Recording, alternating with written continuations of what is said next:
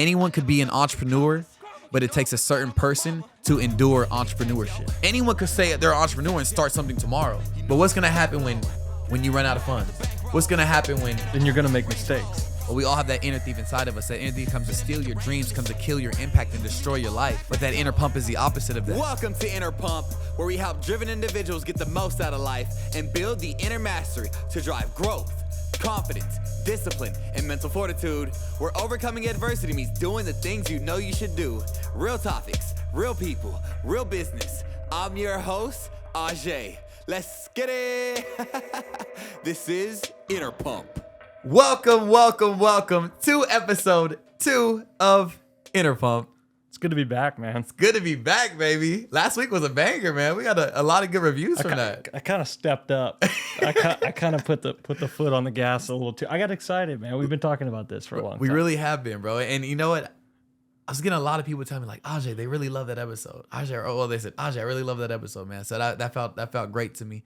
That felt great to know that people out there listening to it, supporting us. Can't skip steps. We'll get better. Oh no, yeah, we'll get much better, guys. We're nowhere near where we're gonna be, so just know that. But episode 2, baby, we're here, and let's get the ball rolling, man. What's on today's menu, man? I was thinking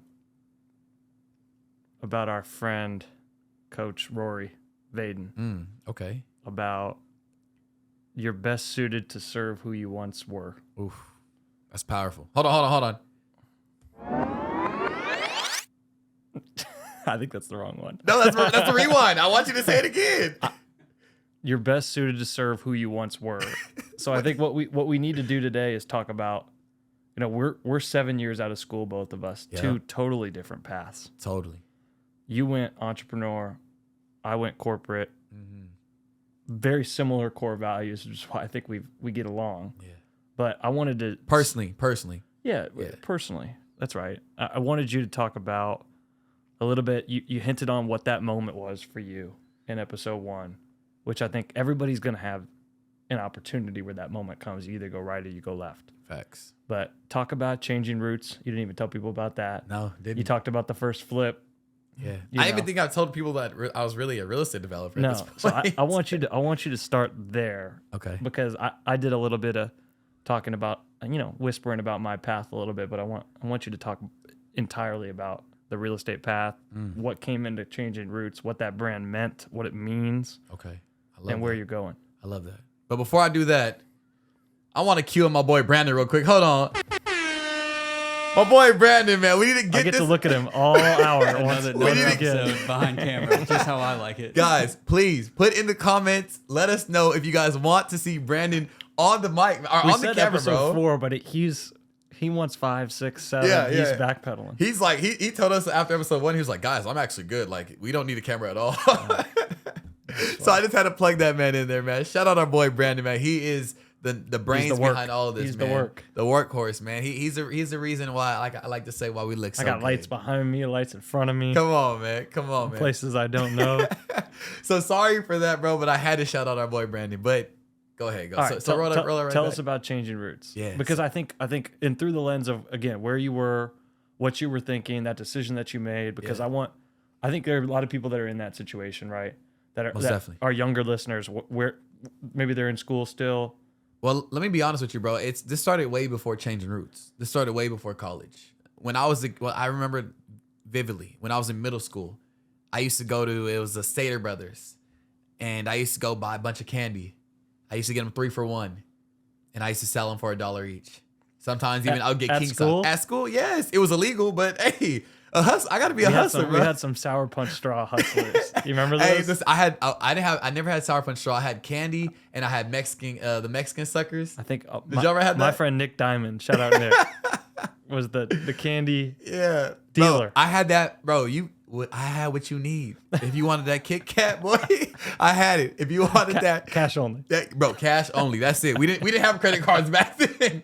Back then we didn't have credit cards or QR codes. Yeah, bro. I remember I used to sell my suckers for 75 cents, and then I got smart. I was like, wait, why am I selling these for 75 cents? Yes, I was like, let me just sell for $1. And just so my competition was trying to undercut me. So that's what they learned from episode 2? Oh, bro. Literally. Round up. Yeah, bro. Got to, bro. Got to. Round up always. But yeah, man, this entrepreneur journey for me started young, bro. I was always a hustler. I always wanted to make my own money, and I was always going to do it. And so it started from that, and then it ended up at SMU. I started a clothing line. Shout out Manayana, Team Manayana gang. All y'all listen to this, y'all know what Manayana is, man, if you knew me back then. But I started this clothing line called Manayana, and it meant powerful journey. Mana meant power, Yana meant journey. And we're all on a powerful journey in life. And bro, it was amazing because it like took the school by storm. This is before social media was really a thing. And I remember every time I would give somebody, I kid you not, this is what I did. I texted 200 people. I was like, hey, I'm starting my business. Can you please support? And they're like, oh yeah, sure, I'll support you. I said, Venmo me $20 right now and buy this shirt. Bro, I had 200 people. I actually texted way more than 200 people. But I had 200 pre-orders for $20 to buy a t-shirt that I never even made. And that was just all off me just being, bro, I knew everybody. You being you. Yes, bro, me being me. But let me guess, you followed through. Oh, come on, bro. And so I had all the pre-orders. I took all that money in. And then basically I got paid up front.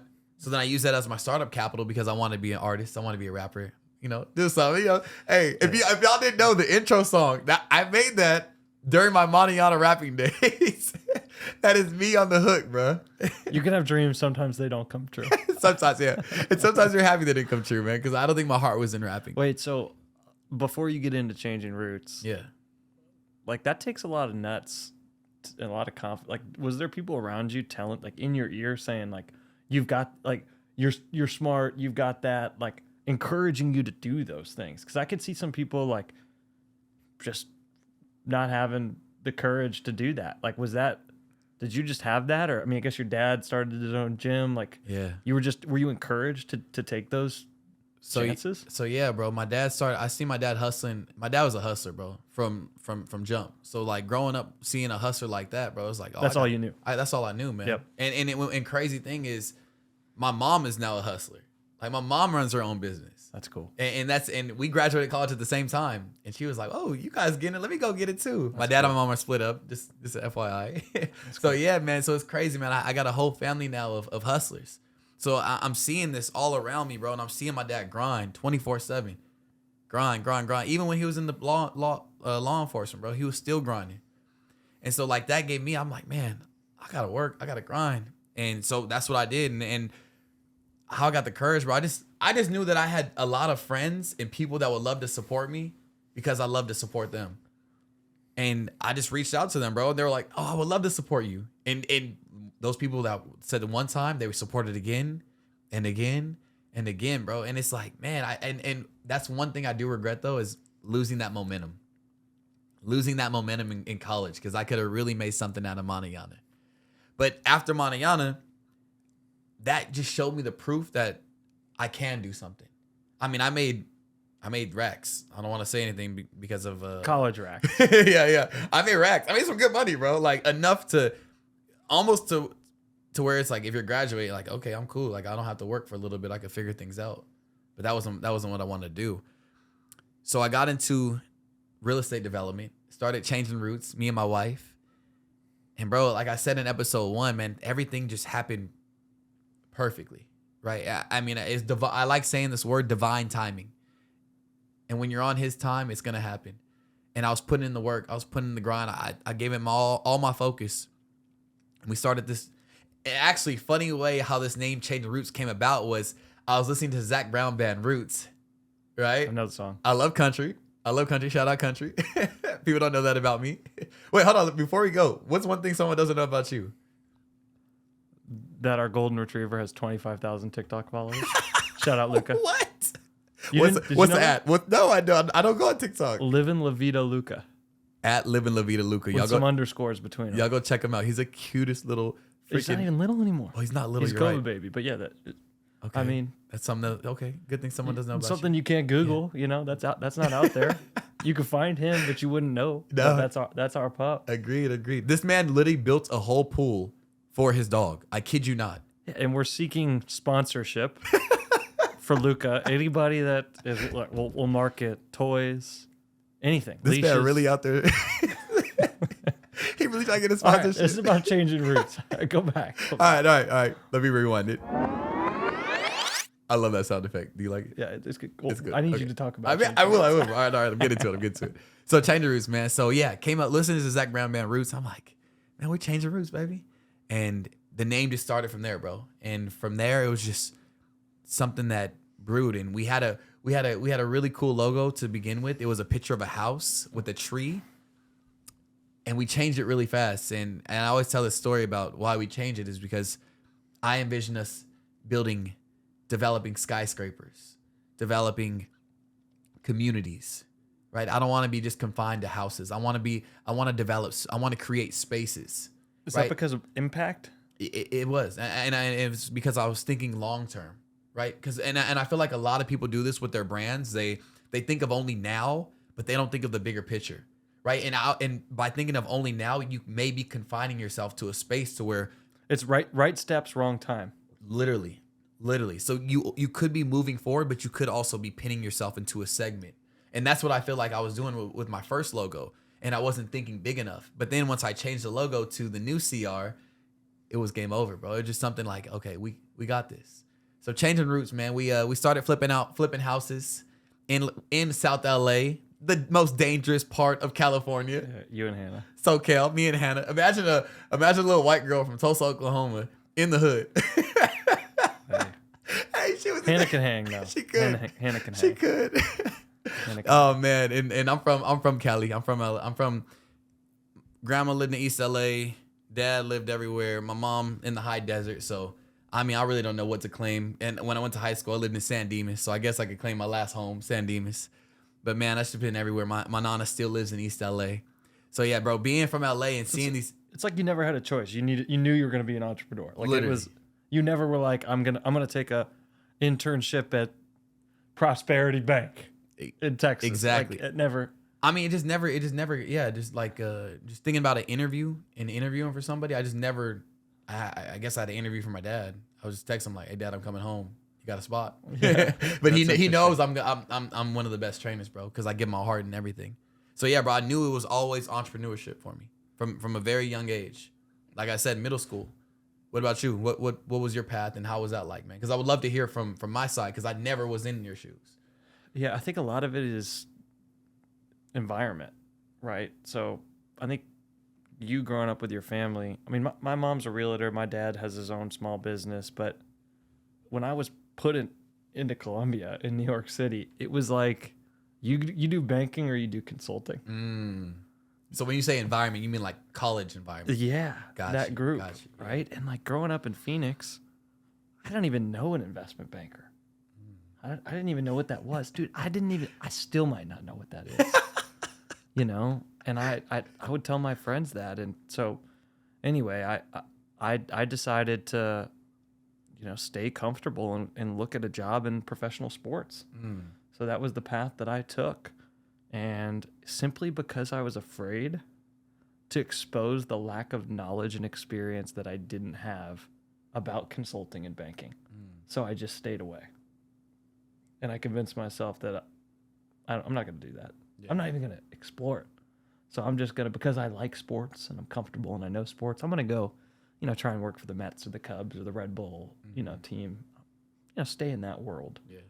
And then I just remember going into my senior year, I didn't get that internship going into senior year. So I worked for Columbia Housing and I stayed there to pay the bills to stay and train for football because it's expensive living in the city. And I remember reading that summer, and it was like this big change for me where I just thought, somebody's going to take those consulting jobs that has never done consulting either. Facts. Big facts. And I just remember that moment. I was in literally the Columbia bookstore. And I remember sitting there reading it, thinking, I read this book that was called Case in Point by Cosentino is the guy's name, and it was all about just case studies because that's the consulting world. Where I'm just like, I'm not afraid to mess this up. I got to just do it. Yeah. Somebody's going to get this job. I got to apply myself. And I was super late. Why not you? Yeah, and it was that moment. I just don't care if I get told no. And I got told no a bunch. But that was the moment, and just in terms of not doing entrepreneurship, it just wasn't frowned upon at Columbia, but just everybody went corporate. It was very structured, and so that was the route that I took. And I talked a little bit in episode 1 about lessons learned going on the corporate side, which was big. I mean, you have structure, right? When you're really on the corporate side, so you have, whereas you as an entrepreneur, you have to find, you don't have resources, you don't have structure, so you have the ability to take risks and make your own decisions, but you're going to pay for those. Yeah. Well, you have to build structure, and that's the big thing about being an entrepreneur. People see this glorified entrepreneurship on Instagram where people just, oh, I want to be an entrepreneur, I'll make my own hours, and then they just sit at home all day. It's like, bro, do you know what real entrepreneur is, bro? This glorified freaking image of entrepreneurship that they have is some made up BS, bro. It's Instagram. It's Instagram, bro. This is not real. Like, this is not something to be glorified. Like, it's not a cool title. This shit is hard work. It's fun until you run out of money. It's fun until you get until you don't have a check, bro. Right, bro. And it's fun until you have to and work. I can't relate to that, right? 18-hour I'm days. saying that because I've seen some of the stuff that you've gone through, and that's real, because there's no, like, for me, there's no saying it's, I'm still going to get paid, because I'm at a big company, right? So I could learn, and we could make mistakes, and things are going to work out. Yeah. If it's yours, right? Those mistakes are on your dime. Talk a little bit about that. Man, so as I was saying, bro, this glorified version of entrepreneurship, this fake entrepreneurship on Instagram it just gets me so frustrated, because they're setting people up for failure. They're painting this picture of entrepreneurship that it's going to be something easy, you know what I'm saying? Or not even easy, but it's just going to be nonchalant. Rainbows and sunshine, bro. And they don't ever show the hard side of it, bro. And that's the thing that pisses me off, is like, man, this ain't made for, entrepreneurship isn't built for everybody. You have to be a certain type of person to deal with the amount of stress, to deal with the amount of struggle, to deal with the amount of risk that it takes to become an entrepreneur. And people don't understand that, bro. And it's just like, if I could be honest with you guys right now, you guys listening, you guys watching, anyone could be an entrepreneur, but it takes a certain person to endure entrepreneurship. Say that again. Anyone could be an entrepreneur, but it takes a certain person to endure entrepreneurship. Anyone could say they're an entrepreneur and start something tomorrow. Anyone could start a business, bro. Literally tomorrow you can start a business right now. But what's gonna happen when you run out of funds? What's gonna happen when Then you're gonna make mistakes. What's gonna happen when you make mistakes and it's on your dime? What's gonna happen when you have to work 18-hour days? When it's not fair. When you have to work on Saturdays? I see this, oh my gosh, bro. I see this freaking meme. And it's like, putting my laptop down for the weekend. And bro, I see that meme and I just laugh. I just laugh, bro. I'm like, yes. Part of me is like, yes, please put that down. Because I'm going to be working. I'm going to be grinding. What's your favorite saying? Separation season? Come on. Hey, shout out my lip, man. It's separation season, baby. Always. Nights, weekends. Hey, all the competition is sitting at home, getting fat, eating whatever they want to eat. You know what we do? We put in the work. We put in the grind. We work overtime. We don't stop when we get tired. We stop when we're done. Oh, hold on. That's a Kobe quote. I think he said, wait, Kobe said, what? Don't stop in the middle. Stop when you're done. He said something like that, bro. It was fire. He's got, like, I feel like every day there's another Kobe quote. Man. Another Kobe story. Man. But I mean, honestly, if you want to be an entrepreneur, get the mama mentality. He also did it afterwards. I mean, you could be a Kobe hater, lover. That dude's real. Right? That dude's real. I mean, he has his problems. You know, he did some stuff off the court, whatever. But nobody's questioned that dude's work ethic. Nobody. Ever. Nobody, man. It's admirable. Bro, and the sad thing for me was I was a Kobe hater. I don't know why. My whole family loved Lakers, and I was like, I hate Lakers. LeBron. Yeah. But it's like, man, I took him for granted. And it wasn't until he passed till I noticed that. I was like, man. When you had a little, this is a tough question, but when you had some success with the flip and with some of the stuff you've done, yeah, what keeps you motivated? Bro, to be honest with you, I don't even think I've done anything yet. And some people will see my track record and be like, you've done so much. And I'm like, thank you, but you guys don't understand. I'm just getting started. And I really don't like inflating my head. I really don't like anything, bro, because I'll be done when my family doesn't have to work a day in their life. And I mean my extended family. My mom, well, my mom is my family, but you know what I mean? Not my wife, not my baby, I'm talking about my mom, my dad, my brothers. When I could put all of them up, I don't even think I'll be fine then. And Rise is young. Yeah. Shout out Rise. Yeah. My baby boy. That's his name. You got to tell everybody about Rise. I just saw him. I mean, I told you, he's a stud. Yeah. So married my wife in October of 2021. We had our baby in October of 2022. Rise 7 Montez. Man, he changed my life, man. It's funny because your whys start to expand and start to change as you grow older, right? The same whys that we've had when we were younger aren't the same whys that we have now. And bro, I'm telling you, once you have a son and you hold him in your arms, or a daughter, one of your own, bro, it's one of the best feelings in the world. And he changed me. He changed me for the better. He made me work that. I already was a workaholic before, but now I could tell, dude. I could tell a little bit. Yeah. Like, you talk about getting to this man gets to the gym at what time do you get there? You beat the guy that works there? Yeah. No, I don't beat Jay. he's probably listening to this right now like, oh, he doesn't beat me. Man, I mean, I try to beat him some You days. open the door for him? Yeah, bro. I sometimes open the door for him, man. But yeah, man. But I think you've had that, but having a son, it cranked it up a notch. I think so. The urgency. It's the urgency. Because I mean, and this is another thing about being an entrepreneur, right? It's like when I first started the business, bro, I thought I was gonna be so much further along right now than where I'm actually at. Yeah, when I'm 29, right? Or when I'm 30, you played that game, right? Yes, bro. Think about it. Yeah. And then but we have to always understand that nothing in life comes overnight. Nothing in life, if it's easy, it's not worth it. And that's the can't skip steps. I'm a huge believer in that. Literally. So I do want to implore you guys listening and watching this, man. If you're on the journey right now and you feel like giving up, don't give up. Don't quit. If things aren't happening as fast as you think they are, it's okay, because nothing in life happens that fast. And there are some anomalies of things that happen quick, but man, I'm telling you, we got to keep working.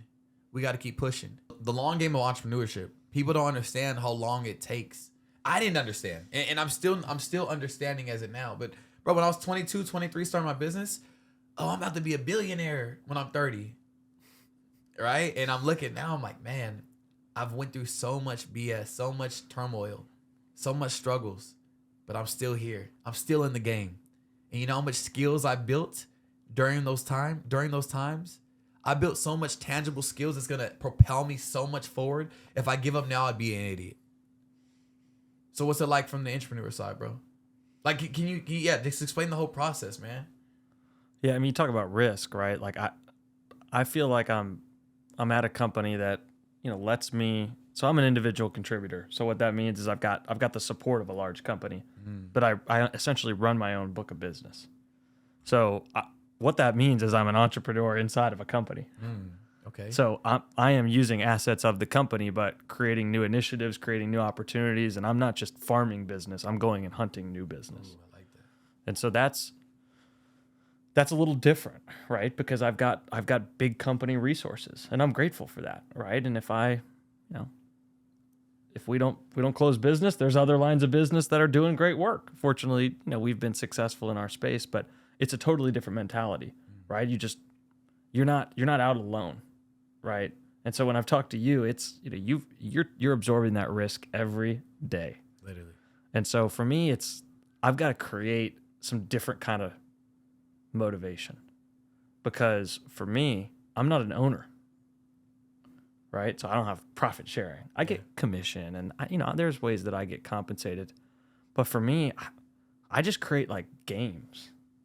It's a little bit different, but Elaborate more on that. I'm constantly creating little things in my head, like, he can't do that, he won't do that. I'm kind of a sicko like that, because when you say he, are you speaking about you, or are you speaking I'm about speaking the competition? about me. Well, I don't think about competition, and not in that sense, because I believe that if I'm willing to, because I'm, as a salesperson, my job is to bring a big team in, prepare that team, get very specific on why we're the right fit. Okay. And so my preparation is hyper focused, is really finding the opportunity.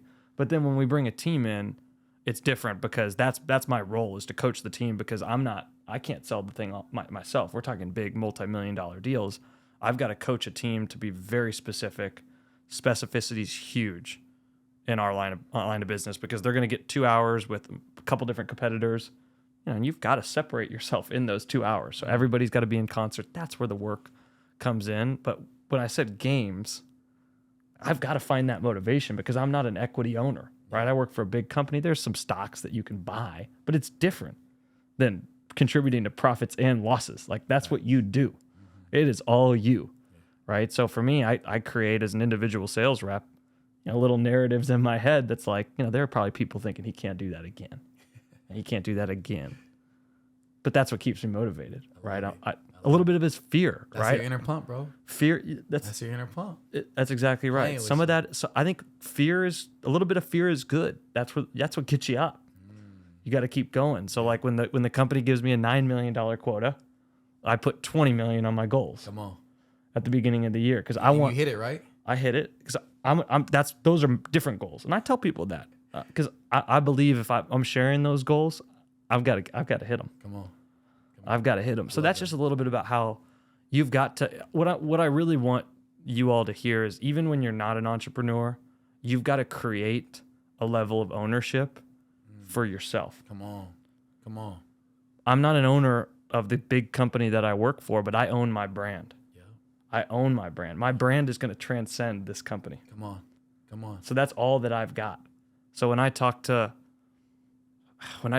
people that just start or kids in college, big thing that I talk about is if your name's on it, if you're even a contributor to the document, to the PowerPoint, to the email, you better be proud of that.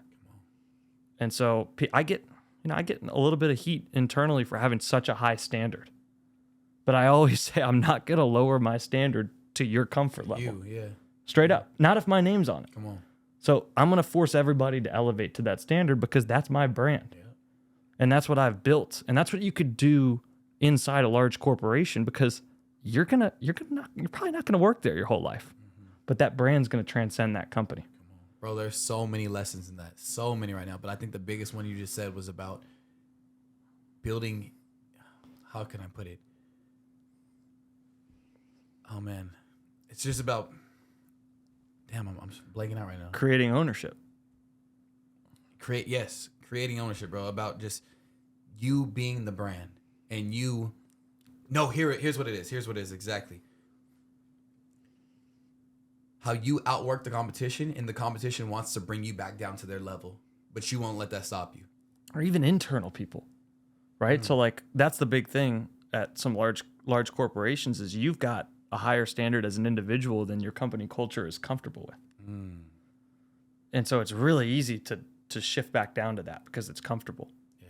And that's the constant fight for me, right? I've got to I'm not willing to negotiate my performance, your standards, and my reputation. It's non-negotiable to me. Come on. And I've been in some heated discussions about that, but I won't do it. I won't do it because the reputation's all I have. Do you think that these people come at you like that because they're just a little bit like they've been there so long. They've been there so long. I mean, I'll just be real. They're soft. They're soft. And you and I have talked about this. Yeah. We need quite literally a cultural revolution brought to everybody just through personal excellence. Own your work. Literally. Own it. Yeah. And everybody will elevate around you. Yeah. Own it. I think we just live in a world where everybody just wants the easy way out, man. But that's why we're going to be our outliers. And that's why you listening to this and you watching this, you're going to be an outlier. Because think about it, the bar is set so low right now. It doesn't take a lot to become above average. And it's just a culture. It's a culture we live in, but we have people like us, people like you watching this, people like you listening to this. And if you need motivation of, is somebody going to notice this? Am I going to get compensated for it? Truthfully, when I started doing this, it was just about my brand and the commitment that I made. I did it for me, not monetarily. Seriously, I did it for, I understood that my brand and the people working with me was at some point going to pay off. Well, that's exactly what I was going to say. But if you feel like you're in a big company, because remember, I've been there. I'm at a big company, and you might feel like you're an analyst, that it's hard to get noticed. You're not doing high impactful work. That's client facing, right? You're not leading that work. The executives don't see you. Find a way. Do the work. Your brand matters. Keep stacking positives and find a way to document it. Find a way to get feedback written. Find a way to separate yourself because there's an opportunity there. If you fall into the comfort of nobody's noticing me, I'm telling you, people know. People talk to each other. People have opinions. They notice the workers. You will pass and lap everybody. And numbers won't lie. Numbers even when you're not in a numbers role. Yeah. I'm telling you, 6 months, you don't notice. 12 months, you start to notice. 18 months, you'll notice this with your friends. For real, this is real talk. Go there. When you start to live like this and contribute like this, you're going to have a group of people that you start work with. Meaning class of 2016, class of 2015, class of 2023 in college. You're going to go into the corporate world. It's really hard to notice anybody's in front of anybody at a year. Impossible at 6 months because you're just learning. Mm-hmm. At a year, still no real difference between that crew. 2 years, 3 years, all that incremental distance is huge. Exponential. That's what you have to convince yourself if you feel like you're a little bit stuck in a big company. You might not notice it day to day. In fact, you won't, but you will at 1 year. You will at 1 year, a little bit. You'll see it big time at 2, even bigger at 3, and then you'll be able to look behind you in the 4th year. Man, y'all don't understand. Y'all are getting $1 million gems from a multi-million-dollar salesperson right here. This is $1 million gems, and he is telling you the truth, man. I've done it. Tried and tested. Forget the statistics. It's just you've got to own it, right? That's your path. And hold on. Let's actually hammer on this. What's the worst that could come out of this by giving it your all? What's the worst that could come out of it by having standards for yourself? But my point is,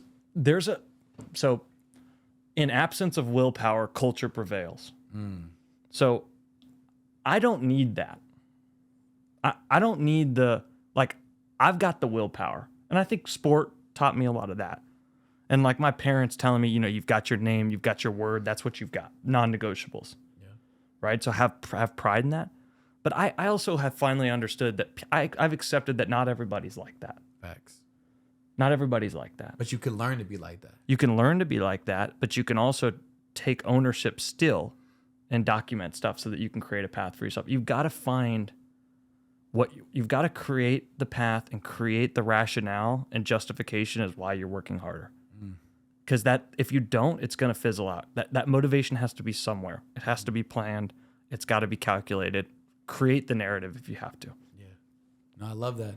And speaking of entrepreneurship, going through that process has opened another door for you, right? I think it's time to break the news. Hold on, bro. It's time to break the news, man. You want to break the news to him first here? Is it time? I think it's in episode 3. I think it's episode 3. All right, we can't tell you guys yet. But it's big news. It's big news for me. I hope it's big news eventually for a lot of people.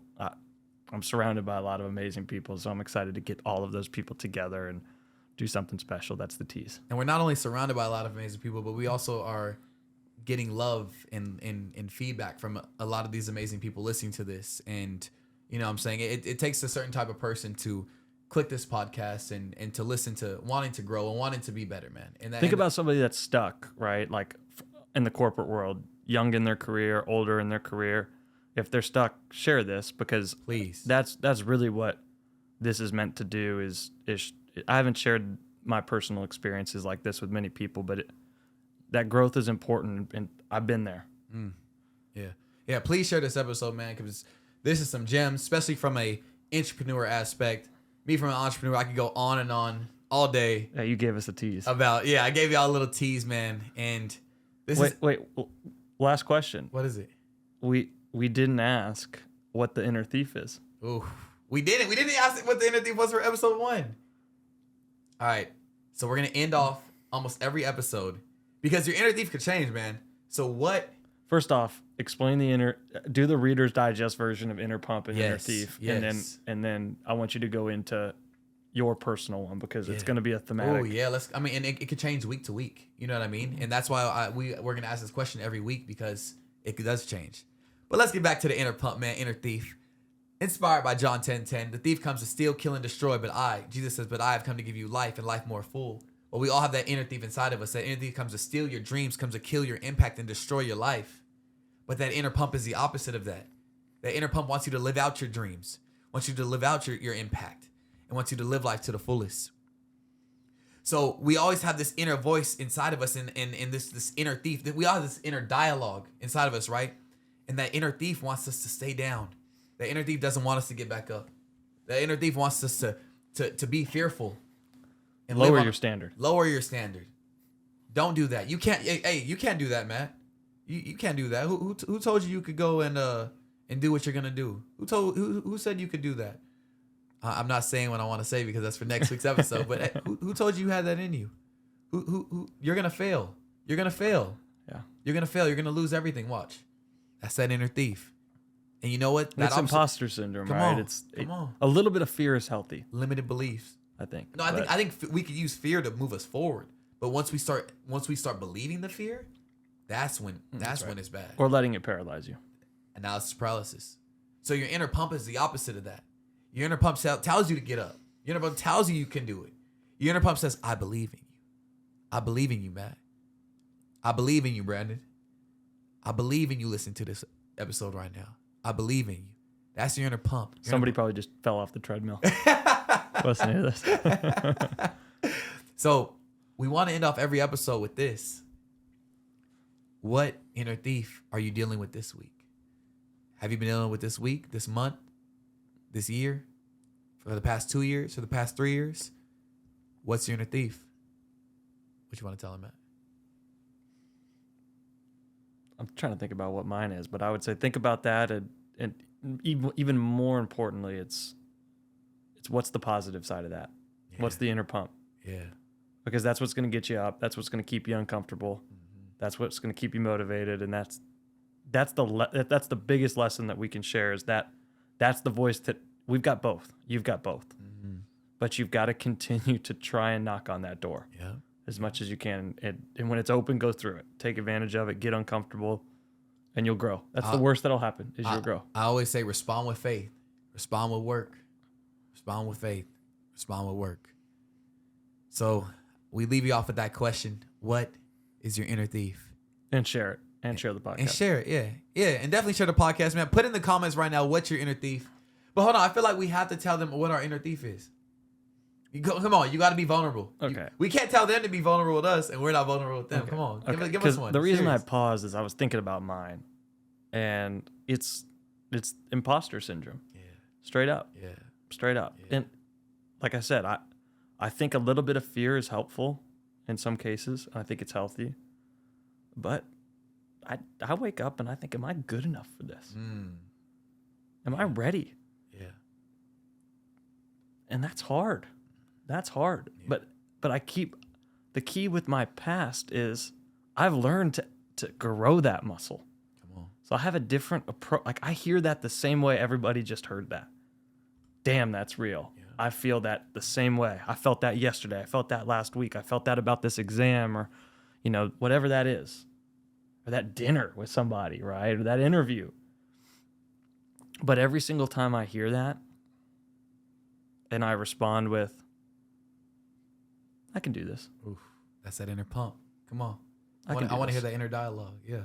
Yeah. And it's not, I'm not going to go tell somebody I've done something I haven't. I'm going to tell the truth. Here's what I've done. Here's how I'm qualified or not. But if you're okay with that, I'm ready. Yeah. I love you. I'll do it. Love you, man. What about you? Man, my inner thief this week, I think it's really just been,